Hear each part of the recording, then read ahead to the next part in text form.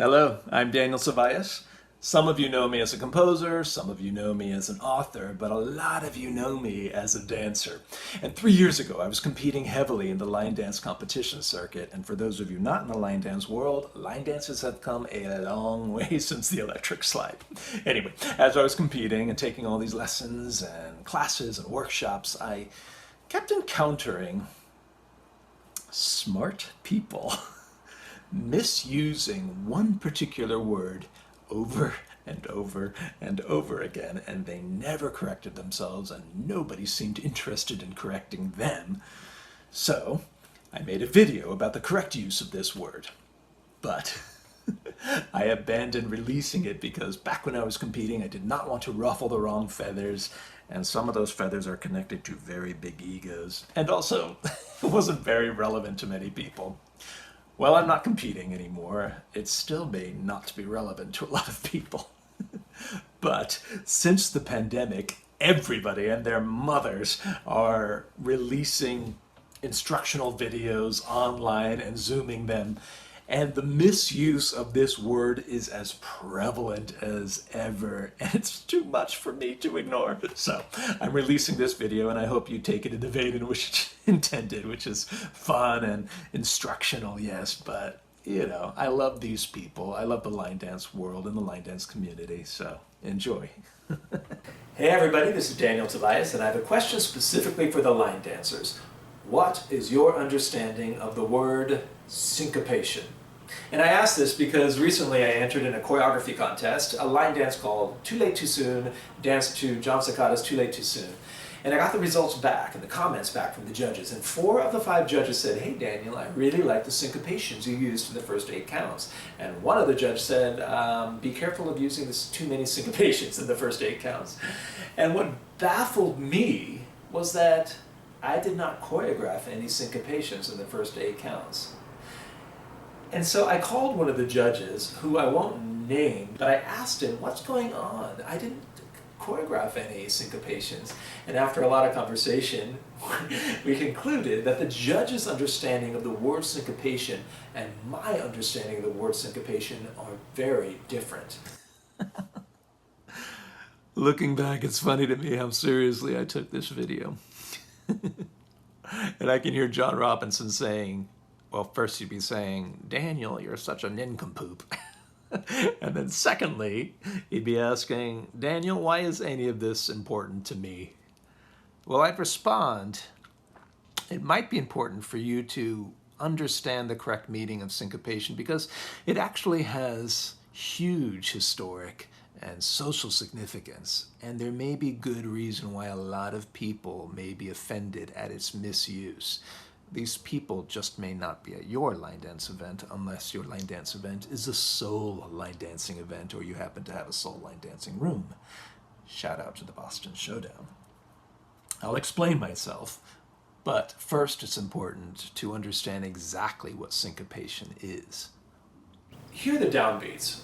1, 2, 3, 4. The judge's understanding is this. The moment I include some in-between beats, like 1 and 2 and 3 and 4, they will call that a syncopated phrase.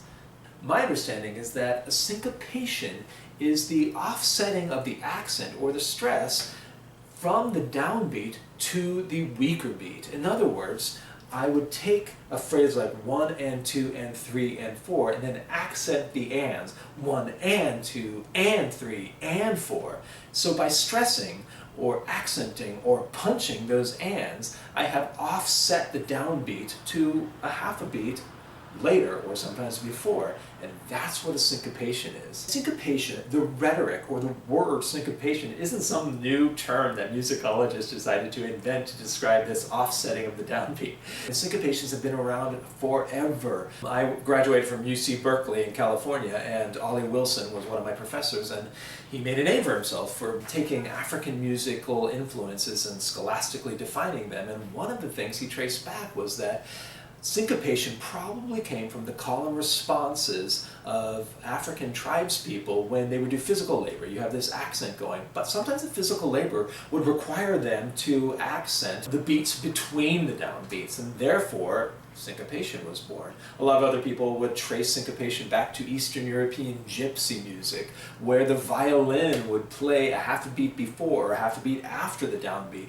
And this created, after a sustained passage, a sustained kind of craze and energy and friction. And then, of course, back in Handel's time, the church denounced syncopation, specifically that word, as the devil's music, and here's why. People used to dance to classical music. That was expected, that you would write music and you would dance to it, and so they go 1 and 2, 3 and 4, 5 and 6, and so everybody knew exactly what the downbeats are, and they would arrive and accent the downbeats, and so everybody remained very poised and very dignified. And then some composers started to shift those downbeats a half a beat later. So you have this do ba ba ba ba ba ba ba ba ba, and that would be a half beat later.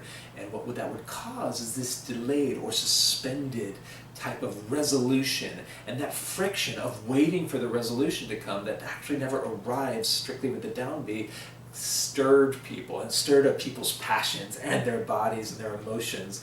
And of course that scared the church, and the church denounced it as devil's music.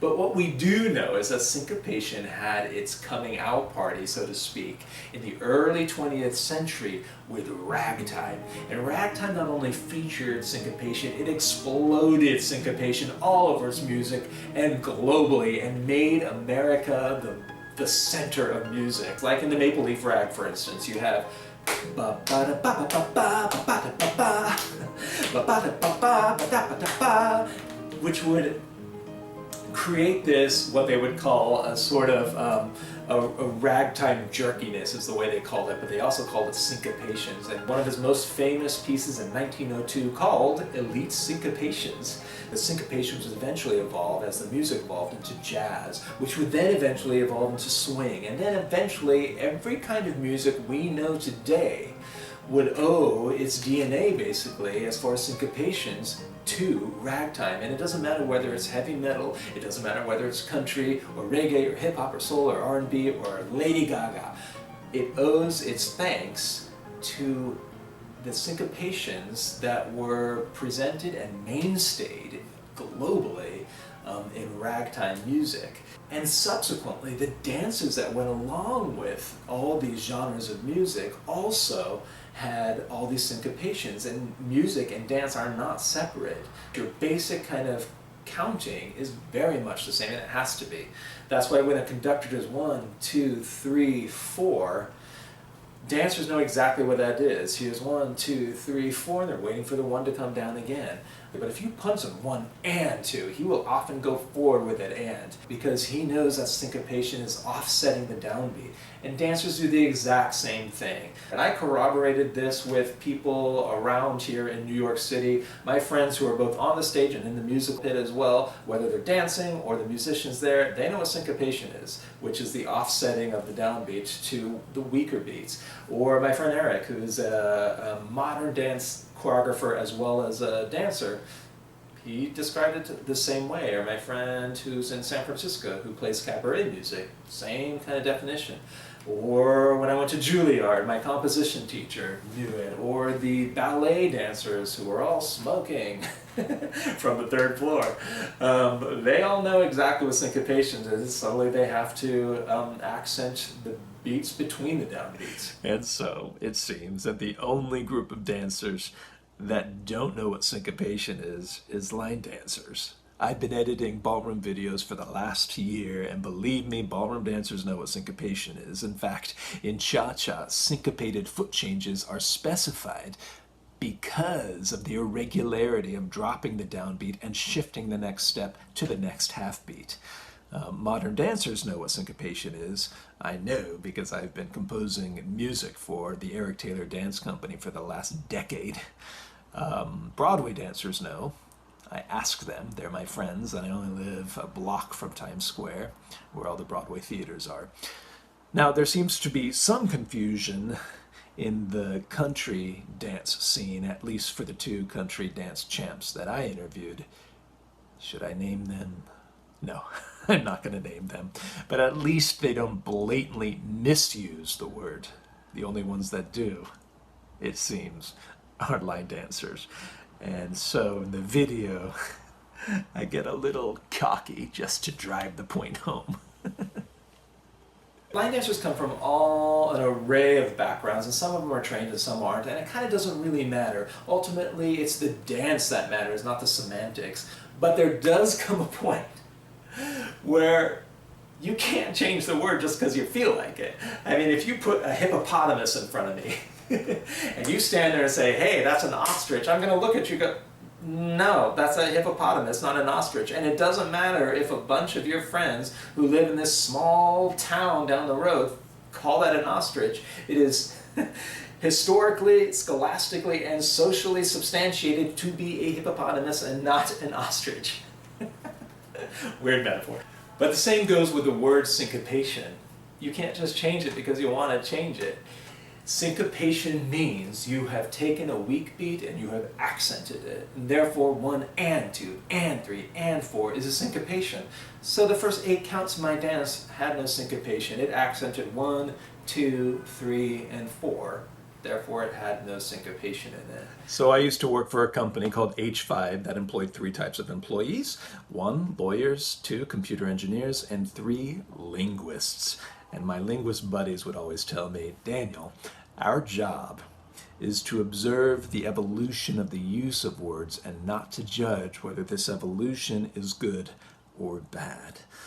And there's a large part of me that really relishes observing how the evolution of the word syncopation is propagated throughout the line dance community. Because you know, at some point in the beginning, some line dance teacher misappropriated the word syncopation when what they really meant was a fast section, or fast steps, or passing beats, or subdivided beats, subdivided section. And then some other line dancer with a high profile copied them, and then other line dancers copied them, and so forth. And some of you are still asking, Daniel, I still don't understand why any of this is important, because isn't what really important the dance itself and not the words used by line dance teachers to get the dance across? Yeah, I get it. I used to teach acting classes. I taught for a decade, and sometimes you just got to use whatever word comes to your mind, and sometimes expediency is more important than accuracy. I totally understand. And I love the line dance community. I'm not trying to harsh on anybody. I love the line dancers I've met. They have gotten me through some tough times, and they gave me a focus a couple years ago when I really needed it. But in this case, I think it's important to understand the true meaning of this word for this reason. Syncopation is the most important contribution by Black Americans to music and dance historically, socially, and globally. If you deny syncopation its true meaning, you whitewash a large part of Black heritage. I mean, that's what you're doing, even if you're doing it unintentionally. And in the United States, we already have a history of committing injustices to Black Americans and then turning a blind eye. Should I go there? I think I will, because it's pertinent to this conversation. Some people in the United States are comfortable flying the Confederate flag, willfully ignoring that it's stained with the blood of 60 million slaves who died under that banner. I'm not comfortable with that. And by extension, 30 years after the Emancipation Proclamation of 1862, the Black Americans who survived through the Civil War gave birth to ragtime and changed music and dance forever, infusing ragtime with the syncopations of their ancestors. I think that by misusing the word syncopation, we're committing yet another kind of injustice towards Black Americans. I think we should give credit where credit's due. Don't you? All right, let's wrap this all up. If you are in any way socially conscientious or just interested in being accurate, and you happen to be teaching a line dance or West Coast swing or whatever you're teaching, and you have a passage full of half beats, but the accent falls on the regular downbeat, don't say syncopated, say subdivided, a subdivided section, a subdivided passage full of subdivided beats. It's easy. Come on, say it with me. Subdivided. It works. Thank you for watching. I know this is not relevant to most of you out there, but if it is, please like and subscribe, and I'll talk to you later. Bye-bye.